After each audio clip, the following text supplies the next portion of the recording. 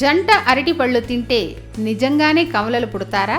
కడుపుతో ఉన్నవాళ్లు జంట అరటి పండ్లను తింటే కవలలు పుడతారనే నమ్మకాన్ని కేవలం ఇండియన్సే కాదు, ఫిలిప్పైన్ దేశాలు కూడా బలంగా నమ్ముతారు. ప్రెగ్నెంట్ లేడీ తన గర్భకాలంలో తొలి 3 నెలల్లో ఈ జంట అరటి పండ్లను తింటే వారికి ఖచ్చితంగా కవలలే పుడతారనే నమ్మకం ఇంకా కొనసాగుతూనే ఉంది.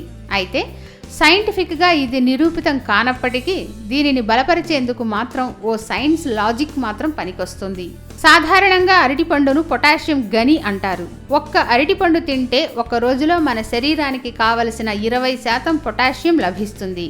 ఇక గర్భిణీలకు పొటాషియం అవసరమే, కానీ పొటాషియం ఎక్కువ మొత్తంలో తీసుకుంటే కొన్ని అనారోగ్య సమస్యలు తప్పవు.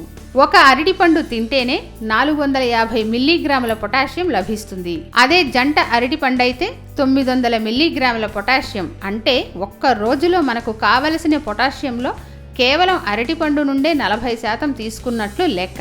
ఇతర ఆహార పదార్థాల ద్వారా కూడా పెద్ద మొత్తంలోనే పొటాషియం అందుతుంది.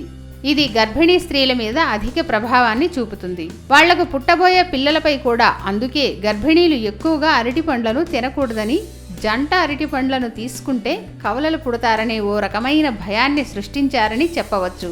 కొంతమంది కవలలు కావాలనే జంట అరటి పండ్లను వెతికి మరీ తింటారు.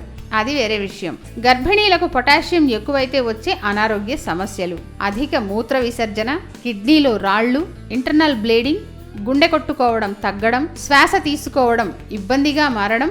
యాంకర్ ఉదయ్ భాను ఓ ఇంటర్వ్యూలో మాట్లాడుతూ ఇలా అన్నారు: జంట అరటి పండ్లు, వంకాయలు తింటే కవలలు పుడతారని విన్నాను. విన్నప్పటి నుండి కావాలనే జంట అరటి పండ్లను, జంట వంకాయలను వెతికి మరీ తినేదాన్ని.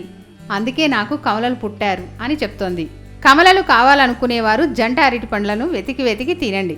ఆరోగ్య సూత్ర అనే ఛానల్ ద్వారా మీకున్న సమస్యలు గాని, మీకున్న అనేక రకమైన అపోహలు గాని తొలగించుకోవాలి అనుకుంటే సింపుల్ గా మా ఛానల్ ని సబ్స్క్రైబ్ చేసుకోండి. మా ఛానల్ పేరు తెలుసుగా, ఆరోగ్య సూత్ర.